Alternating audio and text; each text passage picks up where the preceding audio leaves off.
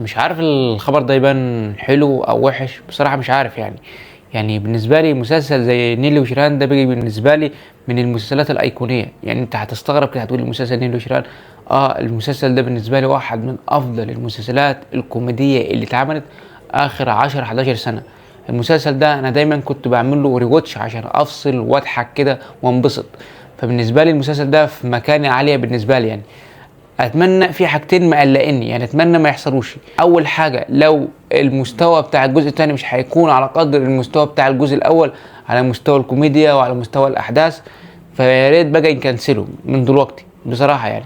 والحاجه الثانيه ان يعني اغلب الكاست موجود، يعني كل الابطال اغلبهم موجودين، يمكن ما فيش غير الفنان محمود الجندي والفنان احمد حلاوه وهم اللي توفوا مش موجودين.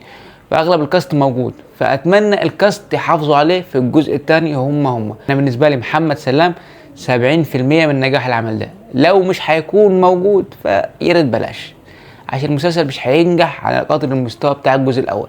لان كل الابطال هم ليهم تاثير كبير جدا، مصطفى خاطر ومحمد سلام. يا ريت اتمنى الاثنين يكونوا موجودين. فلو كده يا باشا، فانا يا باشا اشتريت وارجع اتحمس تاني بقى. وطبعا اتمنى ان المسلسل يكون اخراج احمد الجندي برضو زي الجزء الاول، فاتمنى ما يحصلش فيه اي تغيير. واتمنى ان يكون الجزء الثاني هيضيف للجزء الاول على مستوى الكوميديا، وده اظن انه صعب جدا يحصل، بس اتمنى ان هو يكون حلو ولذيذ ويضحك. طبعا ما تنسوش تقولوا لي رايكم، هل انتم متحمسين للجزء الثاني بتاع نيلي وشرهان ولا زي حالاتي كده مقلقين شويه؟ فلو عايز تشوفني تاني متنساش تعمل لي فولو. يلا، سلام.